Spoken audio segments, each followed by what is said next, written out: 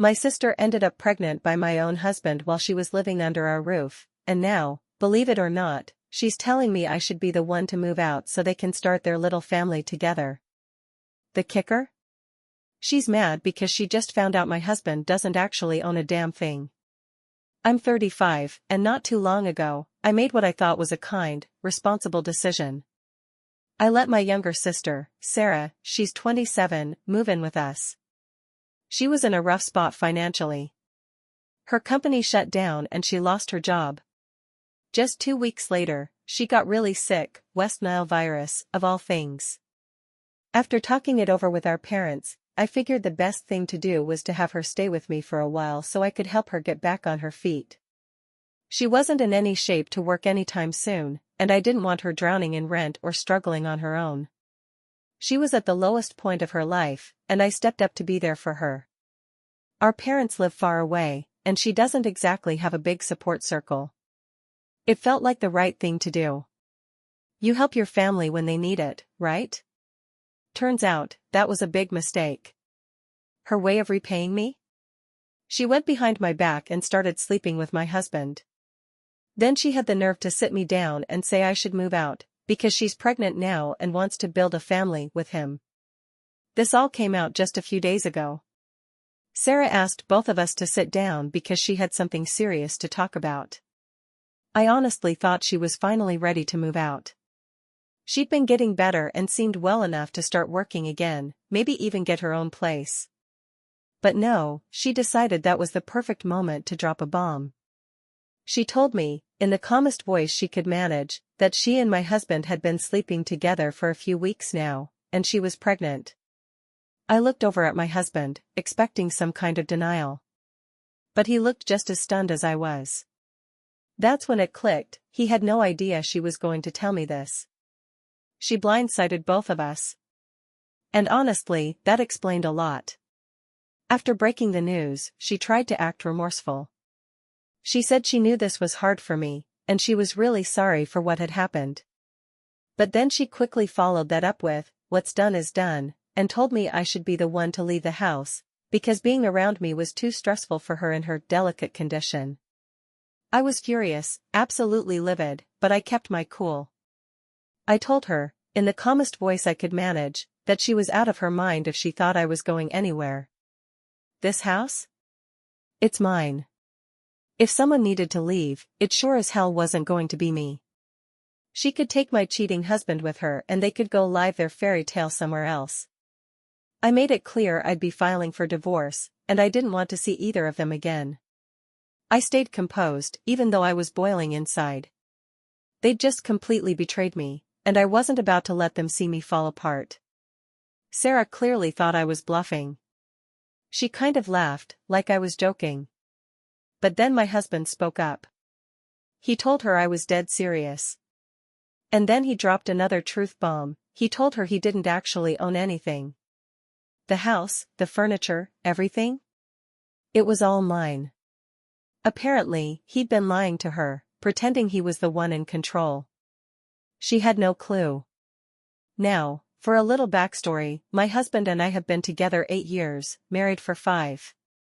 Not long after we tied the knot, I decided to take a leap and start my own business. Thankfully, it took off. With the business doing well, we agreed that he could quit his job and finally chase his dream of writing a novel. So for the last 4 years, he's been at home, working on his book and handling some of the house chores. We don't have kids, so it wasn't all that demanding.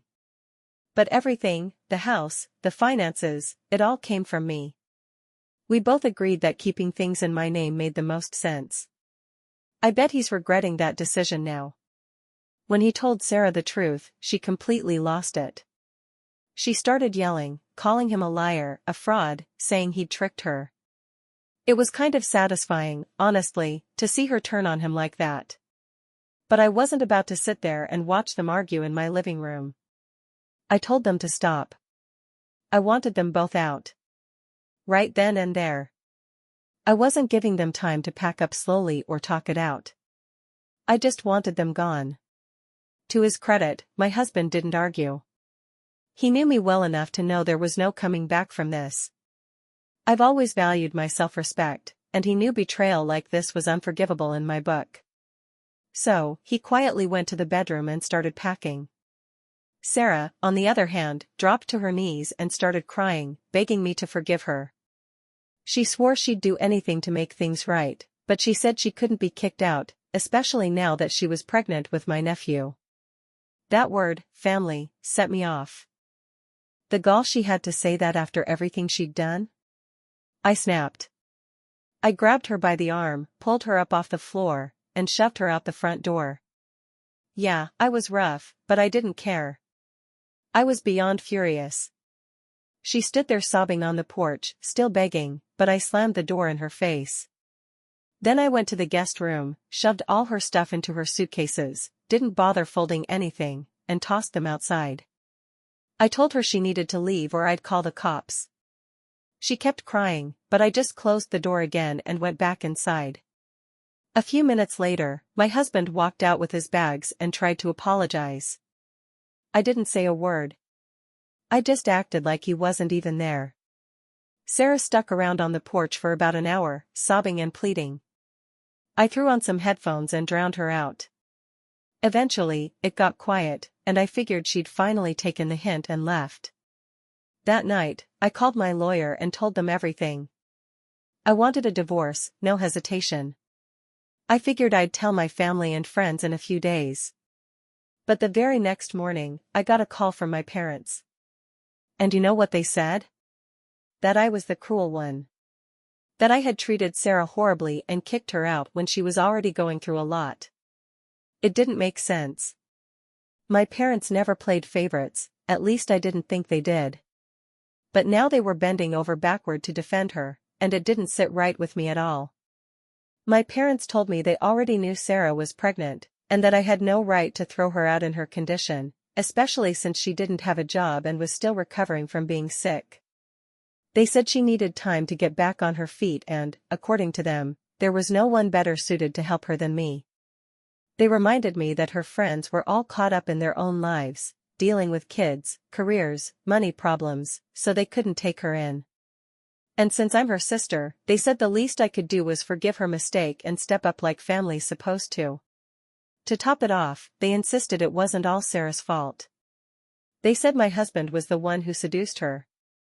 Apparently, he told her he was the one running our finances and claimed he was some big-shot novelist and screenwriter, just choosing to stay anonymous because he didn't want the attention.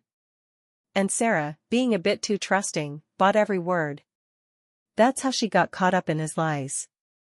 But here's where things got even more twisted. Sarah actually admitted she'd been sleeping with him, and at one point, she believed they could team up and kick me out of my own house.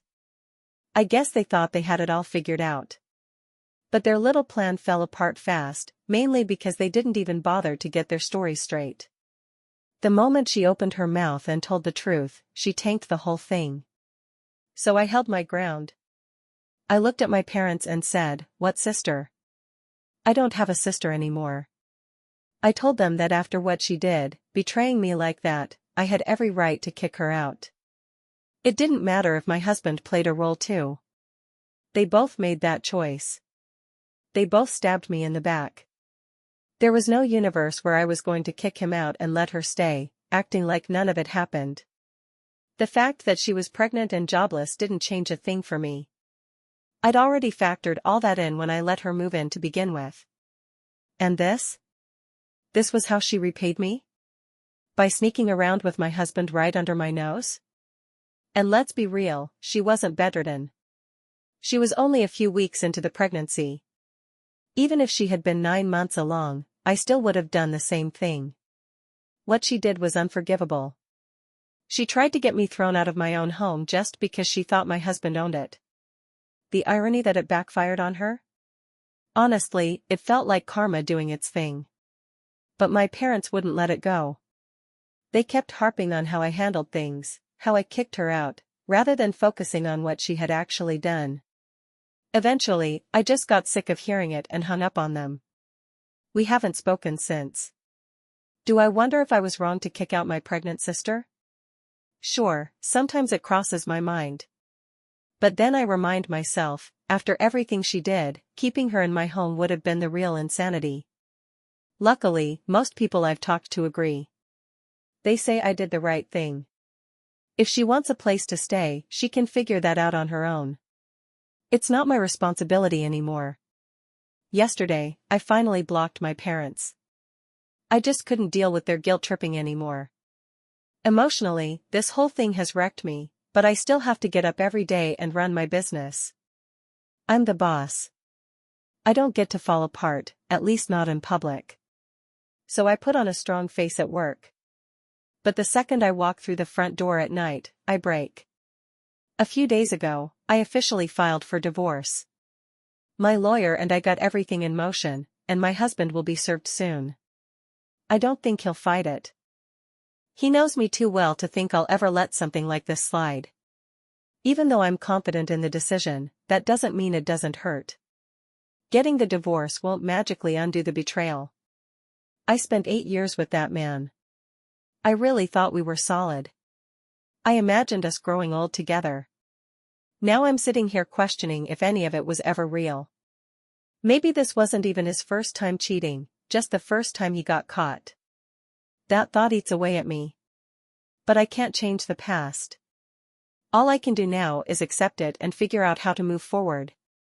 Out of everyone involved, he's the only one who hasn't reached out since I kicked him out. Not a text, not a call. Nothing. Sarah and my parents, on the other hand? They won't leave me alone. All they want is for me to let her move back in, for free, no less. It's insane. I don't know what planet they're living on. Back when this all started, I really believed my parents saw me and Sarah as equals. But now? I'm not so sure. I never had sky-high expectations of Sarah. We weren't super close, but we didn't hate each other either. That's why I let her stay. We had the space, and I figured, why not help? My parents encouraged it too. That's just what family does, right? But I never imagined she'd betray me like this. It's gut-wrenching when someone you've been helping for months turns around and stabs you in the back. And with my parents, it's even harder to swallow. They were always the steady, reasonable ones. I figured if anyone would be furious at her, it would be them. And to be fair, they were upset at first. From what they said, they didn't approve of what she did, but their focus kept shifting to how I responded. They kept telling me, what's done is done, and that it was time to move on. That hit me hard. I don't know what's gotten into them. But I've lost a lot of respect for both of them, and I'm not sure it's something we'll ever get back. Right now, I feel drained. Emotionally, there's not much left in the tank. Mentally, I'm just pushing through work. My personal life is a wreck, and I haven't even told my friends yet. I know I'll have to soon, especially since my husband and I share a lot of mutual friends. I want them to hear the truth from me before he has a chance to spin it. But honestly, I don't even know who to trust anymore. For now, I'm focused on 2 things, keeping my business on track and wrapping up the divorce. I'm fairly sure he won't contest it. I've kept things pretty fair, but you never know, so I'm making sure everything's in order just in case. Other than that, I'm trying to keep my head clear. The last thing I need is to fall into a spiral I can't get out of. Sharing my story here has helped more than I expected. Just like I expected, my husband didn't fight the divorce. He sent me a text saying the terms were fair. In a follow-up message, he admitted he'd been trying to think of a way to apologize, but everything he came up with sounded fake or pathetic. So he just went with the truth. He said he was sorry. He told me he made up lies to impress Sarah because he'd been feeling worthless. Said that not owning anything, being financially dependent on me, and the fact that we never had kids made him feel like he didn't have a purpose. His writing wasn't going anywhere, his novel was dead in the water, and after years of trying, he felt like a failure. That frustration grew into depression, but he couldn't bring himself to say it out loud, not even to me. Then Sarah moved in. He admitted that, without really thinking about how low and vile it was, he started spinning lies to puff himself up. Claimed he controlled our finances.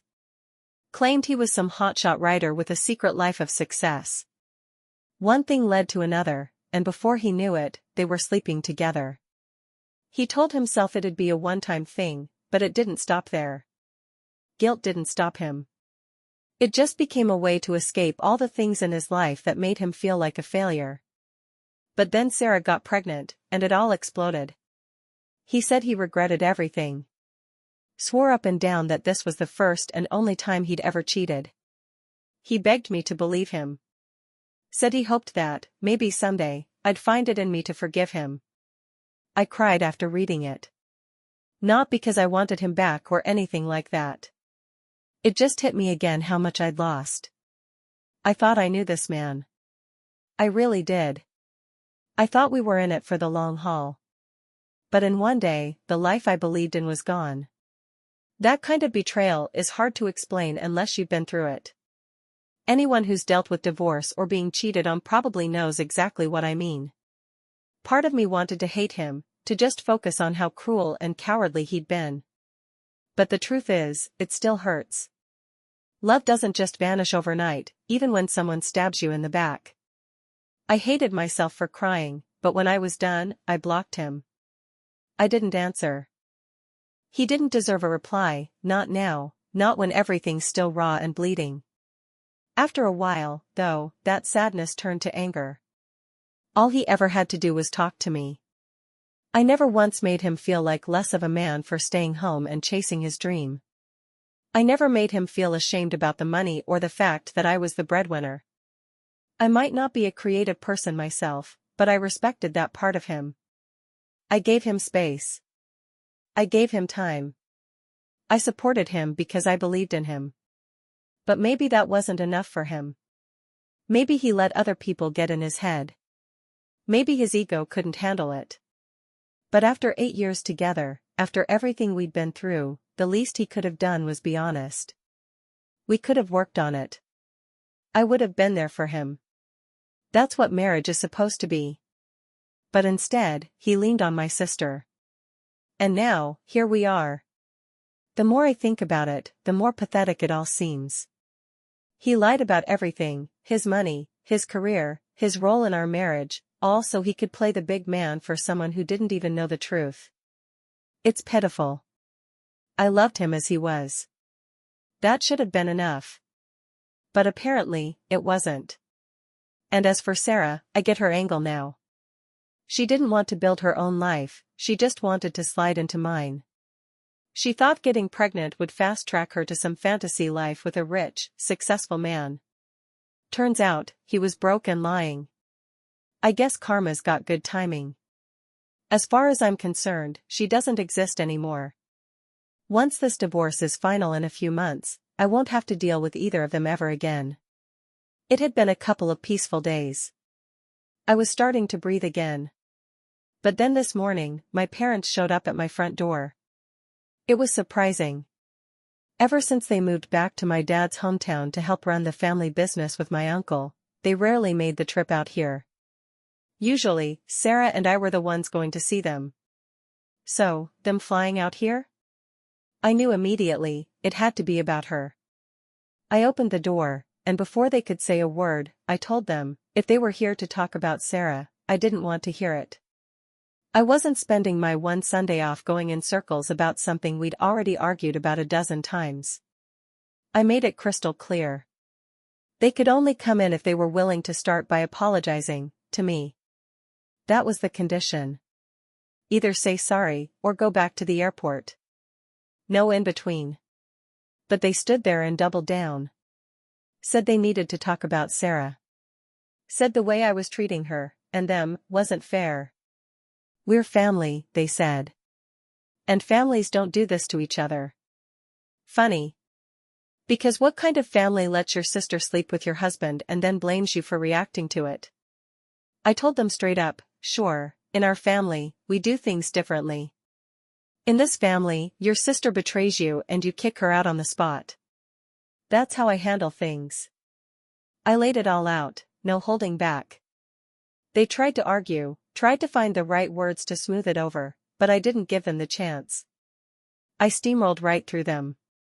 I said everything I've been holding in, about Sarah, about their blind defense of her, about how messed up it is that I'm the one getting blamed here. By the time I was done, my mom was crying. But I didn't feel bad. They came to my house, on my time, to talk about her. I get to speak my truth however I damn well please. And honestly? That conversation should have been with Sarah, not me. She's the one who blew our family apart. Still, my dad looked me dead in the eye and told me he never wanted to speak to me again. Said I was a terrible daughter for making my own mother cry, the woman who gave me life. But I didn't flinch. Let him think I'm awful. Let him think I've lost my mind. I know better. I know who I am. And I know I didn't start this mess. If anyone's lost the plot, it's them. Or Sarah. Or maybe all three of them. It's been about a month since I last shared anything. I haven't spoken to anyone in my family, not Sarah, not my parents, not even accidentally. All I've heard is that they've been sending her money. Figures. As for my soon-to-be ex-husband, word is he's living with his parents now. Apparently, once the divorce is finalized, he's planning to pack up and move out of state. I have no idea what his plan is when it comes to the baby, assuming there ever was one. That part's still fuzzy, and frankly, not my problem anymore. Most of our mutual friends have heard the full story by now. A good number of them cut ties with him right away. A few are still sitting on the fence, saying they don't want to get involved. I'm not mad about that. Everyone's got to make their own choices. As for me? I'm just focusing on protecting my peace. I'm not exactly happy yet, but I'm calm. And after the emotional roller coaster I've been on, calm feels like a huge win. Bit by bit, I know I'll feel whole again. Life has a way of healing, even when it doesn't feel like it in the moment. Bad times don't last forever. This one's more recent, and honestly, it's wild. Sarah lost the baby, if there ever was a baby to begin with, and now she's decided I'm the reason it happened. According to her, the stress I caused led to her miscarriage. And surprise, surprise, my parents have joined her in playing the blame game. Here's the twist though, they're not saying this stuff to my face. It's all coming through third parties, mutual friends, neighbors, people trying to stay neutral but still somehow feel qualified to tell me I killed a baby out of pride. Yeah. That's what they're saying. It's kind of funny when you think about it. None of these people have taken Sarah in. Not one. So, by their own logic, if I'm guilty for not housing her, then they are too. But I don't waste energy on people who talk nonsense. If Sarah actually cared about being pregnant, she could have made a different set of choices, starting with not sleeping with her sister's husband. Or at the very least, using protection. But no, she wanted what I had, and now that it's all gone sideways, she needs someone to blame. I'm not giving her that satisfaction. A few hours ago, my ex-husband reached out. And no, he didn't ask to come back. Things between us ended badly, yeah, but not in a throw knives and set fire to the house kind of way. More like a slow-motion train wreck. So I responded. Probably wouldn't have if he'd been a jerk, but to his credit, he made the divorce process simple. He's owned up to what he did. I don't hold any grudges against him, not because he deserves grace, but because I'm not going to waste my energy on resentment. No cheater is worth that. But what he had to say this time. It stopped me in my tracks. He told me Sarah was never pregnant.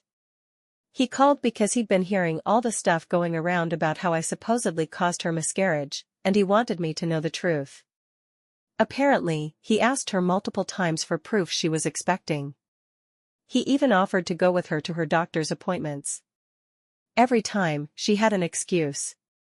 Cancelled plans. Avoided conversations. Then out of nowhere, she claimed she'd lost the baby. When he asked for any kind of documentation or follow-up info, there was nothing. No hospital visit. No doctor's notes. Nothing.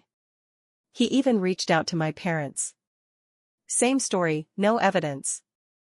One day she was pregnant, and the next, she wasn't. And that was that. So, all the garbage being thrown my way about causing her miscarriage? Meaningless. There was no baby to lose. My ex made it a point to tell those same neutral people the truth too, though I doubt they'll backpedal. Now that the truth is out, my parents have started trying to patch things up with me. They've even stopped sending Sarah money. But honestly?